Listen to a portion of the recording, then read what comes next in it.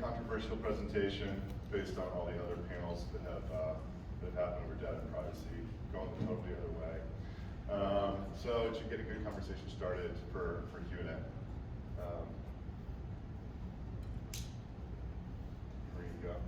Yeah, just keep going. Sorry. Yeah, cool. As you can tell from my title, I have an unconventional view of marketing. Anybody know who this is? His name's Seth Godin. He gave a TED Talk in 2014. The talk was how to get your ideas to spread. The first slide was a piece of sliced bread. He dropped a killer joke. He said, I don't know what they said before sliced bread. Like, was it better than the Telegraph or something? Mic drop. Picked it back up. And then he said, this guy Otto Rohwedder invented sliced bread. And like a lot of inventors, he was really concerned with the patent part, and he was also really concerned with the making part. But the problem was no one ate sliced bread for 15 years, and sliced bread was a complete and utter failure. The reason is, until Wonder came along and spread the idea of sliced bread, no one wanted it because no one knew about it. In today's world, patents and factories don't matter. What matters is, can you get your ideas to spread or not? So, ladies and gentlemen, I'm here to spread an idea. This idea, like sliced bread, is a completely new technology. Well, sorry, it's the opposite of that. It's a technology that's been around for a while. Like sliced bread, it's amazing, especially for publishers, but no one wants it yet because no one knows what it is. It is called email-based retargeting. We identify anonymous web traffic, match them to a database that we have, and we give you records you don't already have. It's the cheapest source of emails by about 80%. And here's the critical piece. We re-identify de-identified users. I've literally heard that up here 3 or 4 times, so I just want to articulate it again. We re-identify de-identified users. Okay, so back to permission Shmarketing. This guy Seth, he had 2 ideas that really, he got to move around quite a bit. One was the idea of the purple cow. The idea of the purple cow is this.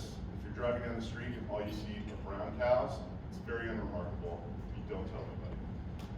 If you come across that, you're taking your phone out, you're throwing it on the gram, you're telling all your friends you saw a purple cow. The idea there is, if you want to be truly remarkable in this world, you have to be very different, you have to be the best in the world, and you have to be the purple cow. And I sort of heard this when I was like listening to these comments about content. It's like, who truly believes they have great content? You need purple cow level content to call it great. His other idea was permission marketing. This book was the first marketing book I ever read. I loved it, but he wrote it in 1999, and I think this idea, talking about email marketing specifically, made you get re-examined a little bit given the times. So that was Seth's interpretation of the world in 1999. He said that in 1999, consumers have more choice and less time than ever. They become experts at ignoring everything, and the TV industrial complex is completely dead, never to return. You can never see another commercial again we never asked for. Interruption marketing was history, and the one way to get through to people, the only way, was permission marketing. So this would be the vision of the future: 2 stick figures, a redhead who represents advertising, quickly the guy's neck. And he basically surmised that the world of the future in 1999, the only effective marketing, if you look on the left, would occur in this tiny sliver right above the purchase point in the sales funnel. Everyone would ignore everything else. It would be rendered totally ineffective and it would go away. Did that happen? Absolutely not. Permissions marketing. I get interrupted by more stuff today than I ever have. Anything that I want to do for free, just like then, I have to endure some sort of advertisement. And my argument is the invasiveness has become much worse.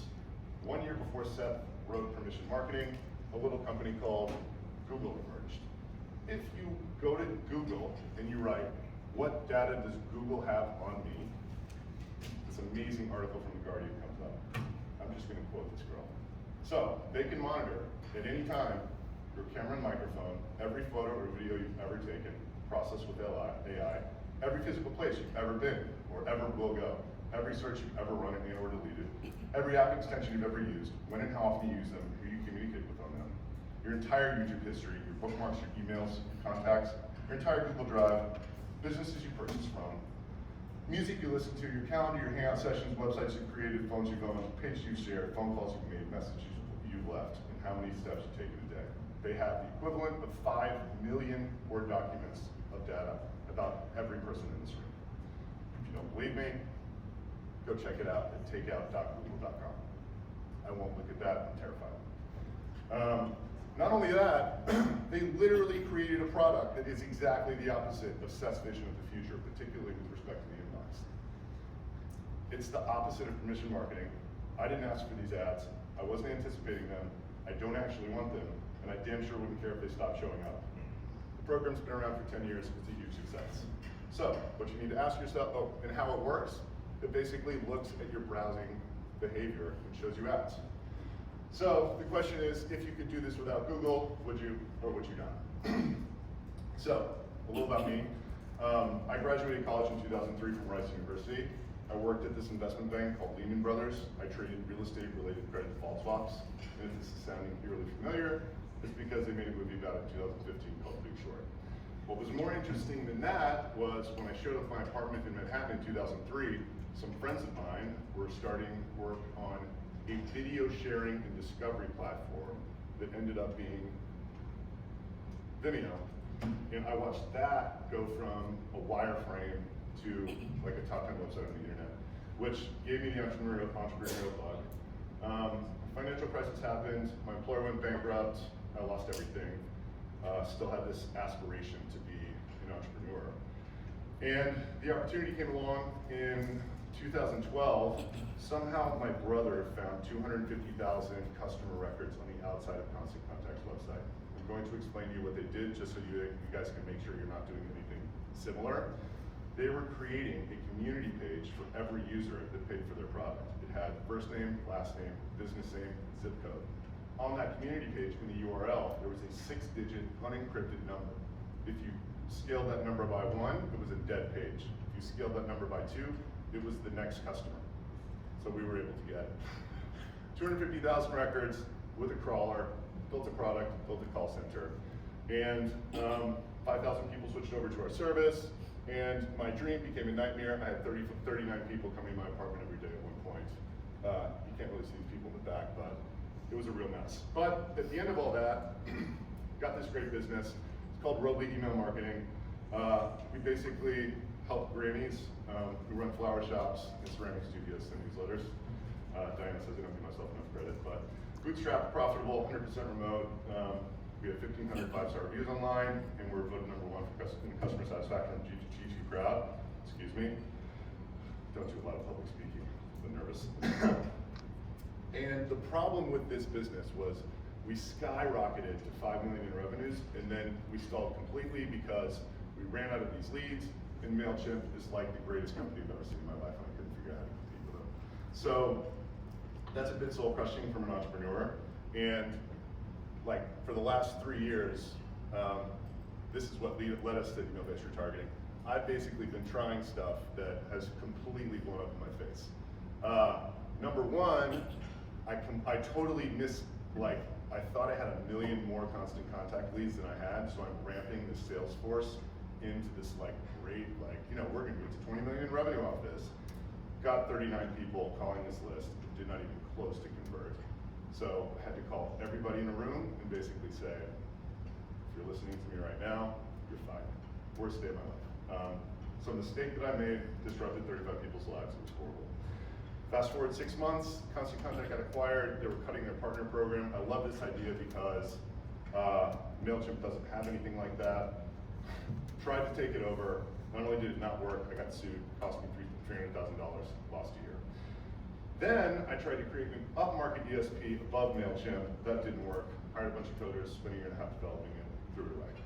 But one good thing came out of that, and the good thing was when we were trying to sell to these bigger companies, we were using Clearbit Reveal, which ties the IP address to the company name, and we were also using Clearbit Enrich to append data to email addresses.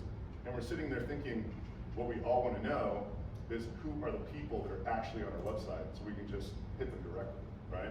There was this identity gap that we identified, and that's where Get Emails came from. So we set out, try to figure out how to do it. Figured out like a year ago, 6 months ago, we put it in the ESP in Robley, and we were going to use that as a differentiating feature and try to get people to switch to it. But people liked it so much, we quickly realized this was a far bigger opportunity than the ESP market. So we launched this, it was like 3 weeks ago, and we have a bunch of great data on how customers were using it because we had a couple hundred people using it inside the ESP. And get emails is, we identify up to 35% of your anonymous traffic and send you full customer records that you don't have on your list yet. And it's free to try, we give you 25 emails for free. Install the script on your site, takes 60 seconds, integrates with every ESP, Zapier and segments. Pricing, we do monthly pricing that starts around 25 cents per record and then scales down to like 15 cents, maybe even a little lower as you get to like 50 or 60,000 records per month. Obviously, these are not as high intent as opt-in records, but they engage, they open your emails, they're targeted, and they're cheap. So, as I said before, we are re-identifying de-identified people. Biggest use case for publishers, and the reason that I'm here, I mean, Diane and I decided to come on Saturday. We were doing a bunch of customer interviews, and publishers were giving us like an 11 out of 10, and we were asking them why. It's because it kills this chronic attrition problem in the cheapest and easiest way. So, example, Marin Magazine, this woman's beside herself with the product. I'm like, why do you like it so much? She says, well, we sell newsletter takeovers for $100 CPM, meaning they have 33,000 people on their list, they get paid $3,300. They have 34,000 people on their list, they get paid $3,400. We sell them 1,000 emails a month right now for $250, so it's payback in 2.5 JV cents. The emails open, they don't unsubscribe, their list keeps growing. Another example is Gadget Flow. It's a product discovery digital business. This guy, he was buying opt-in subscribers on Facebook for $1 to $1.25 each. He didn't even like the quality of those. We sell him 10,000 email addresses every month for 22 cents each. Engagement's similar. It's a no-brainer for the two. Third example, Prophecy News Watch. This is a very conservative digital publication. I wouldn't recommend going to visit the site. But they saw an ad, they responded to it, they got 1,000 contacts their first day. The engagement was unbelievable. 20% open rate, 1.5% opt-out rate, 0.05% complaint rate. Dude bought a $5,000 month plan on the spot, and he's like, this product's a 10 out of 10. So, at this point, everyone always asks, is this legal? What about the California data privacy thing? How does it actually work? 3 things. So, is it legal? Canned spam in the US is definitively opt-out, it is not opt-in. I owned an ESP for 6 years. I didn't realize this until I hired a lawyer 2.5 months ago. But legally speaking, yes, it is legal. It's up to you to decide whether your organization wants to send opt-in email marketing. Email marketing is not opt-in or not. My argument is that permission marketing is sort of, whatever. It's a past thing anyway. So why does everybody think that it's opt-in email marketing? Well, in order to create an email infrastructure that worked, they had to go with the Spam House definition of spam. Spam is bulk, unsolicited email, says spam. But from a guy who owns an ESP, I'll let you in a little secret. Laws don't matter, best practices don't matter. Deliverability is everything, and deliverability equals engagement. If you're sending email that people open, they click on, they don't complain, they don't unsubscribe, that is literally all that these people at the ISPs care about. Nothing else, they don't care where your list came from. I'm not going to lecture you on the ethics of email marketing. I'm certainly not going to go ahead with your privacy officer about why this is wrong for your organization to do. I'm just telling you from an email perspective, they don't care. So, what about California? From conversations we have with people, the feeling that I get is that people assume that since California is more restrictive than canned spam, it's automatically GDPR. This is definitively not the case. California and CCPA is still opt-out. GDPR is opt-in. What would make this not okay is if California were opt-in. California is all about disclosure, it's all about building that infrastructure to delete people from your database, to handle these complaints or whatever else. It's got nothing to do with me selling you cheap leads. So, next question, how does this all work? And this is what's been going on for a while, and I just don't think has been commercialized in the right way. So, step 1 is, we've been in the email universe for a long time.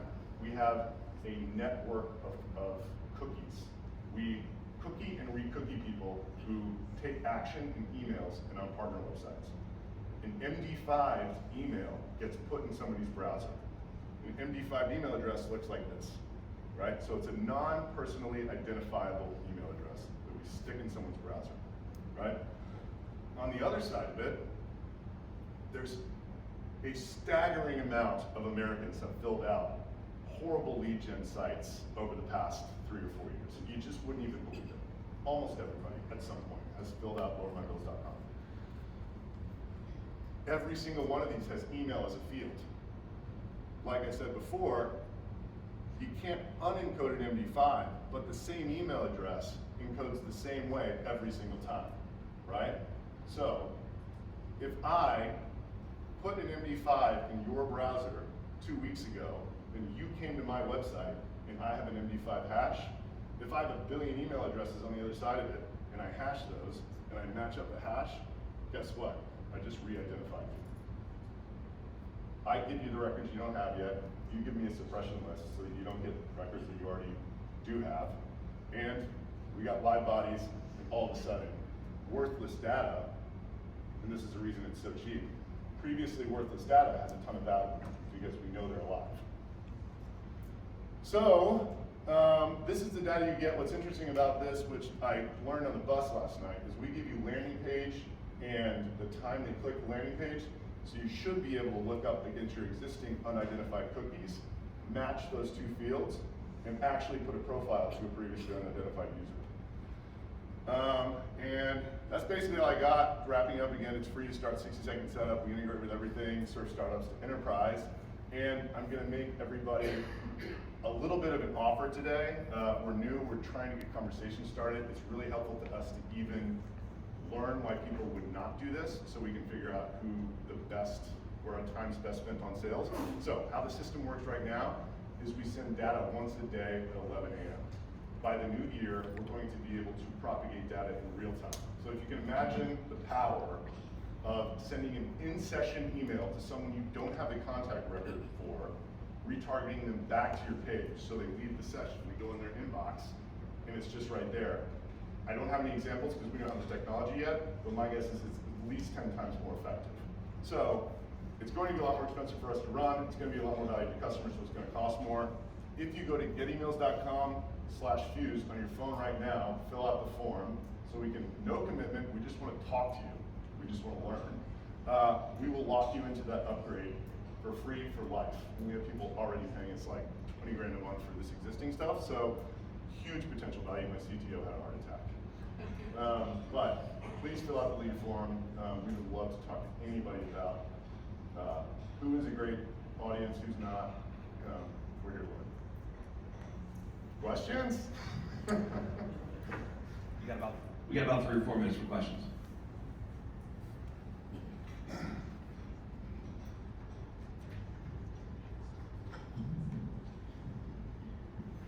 Thank you. That was very interesting, by the way. Thank you. Yeah, I think so It too. was, well, of course, the ethical or non-ethical side to it. You mentioned, you track users using, MD5 hashes. I'm from a computer science background, so I know a little bit about cookies, let's say, okay? And most browsers actually segregate, cookies, as you probably know. The cross-site, you can, for example, if I go to newyorktimes.com, unless I load, a domain, within it, I can read, as owner of New York Times, I can read, another website. There's like a sandbox. Yep. How do you go around that? So we're partners with the person that's actually registering the email collection. So you're telling that you have a, you basically deal with a lot of, organizations like my example, New York Times. It's basically, it's not New York Times, it's basically an email ecosystem cookies system. And we're not using, it's ours, it's the partnerships. So you're basically getting all that data from different. Yeah, exactly. Somebody else is doing it, and we're just somebody involved. else is doing it. Yeah. But it's like there's identification services. This one happens to use MD5. Okay, so are you using things like, browser identifiers, like, the pixel length, the size of the window, It's something like a live rent or a bound sex or whatever that we're using. It's this type of identification. Okay, Yeah, no problem.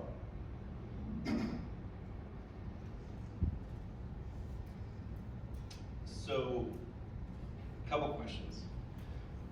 The capturing of the email process. So, do you have a network of affiliate marketing sites that are bringing is that how this is that a piece? On the ID side. So yeah. the ID side, okay, all right. It's all owned by a few guys. and So they you got have- so sort of like so LeadsCon. Are you familiar with LeadsCon? I'm not. Okay, so I just wanted to big trade show in the affiliate marketing space. So you're partnering with a bunch of affiliate marketing partners, Exactly. which is creating the email database Right. with the MD5, Mhm. and then all of our MD5s, if we've ever filled out a reversemortgage.com site, is now matching that. With an email that you would have clicked in the last couple weeks. Got it. Okay.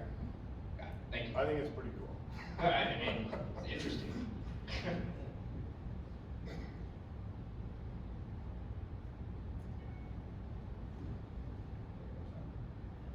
Another question. So, how these partnerships with the affiliate sites? How are you building those, or what are you doing there? Are these just guys you know, or how did that work? Guys do that. Okay. Doing it, you know. You meet some weird people in the email business. Yeah, I was gonna say. Right? Fine. Doing all sorts Move, of move. Yeah. Money under a rock in a lot of places. Got it. You mentioned a couple of weeks. What is the period? Is it 90 days? How current are the emails that you're getting? So, typically somebody gets cookied every couple weeks, a month max. And when they get cookied, that email's alive. So, because you just know because they took some action that was connected to that email address, like formulaically, wherever. The data can be a few years old. You know, the data, I don't know how old on average it is, but like, let's say it was a year and a half old that someone filled out loanmybills.com. Previously, a list of people that wanted mortgages or whatever a year and a half ago would be totally worthless, but most people's customer information hasn't changed in their first and last name certainly hasn't. You know, their postal record might have, but that's not really much value to publishers anyway. But the key is that you know that the email's alive because we cookied it and it hit your website yesterday. You know, so it's not a spam trap. Can't be. Literally cannot be a spam trap. It's impossible because they don't click emails. One more?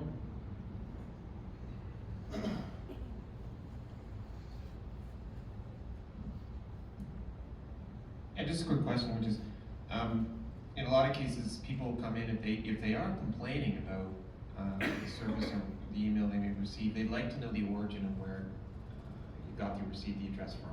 And I'm just curious as to, is that something that you pass along, or? Yep. How does We that pass the original opt-in source and opt-in date. And you can look at the privacy policies. It's these sites that are like, if you were filling out this form, we are going to sell your data. That's like the extent.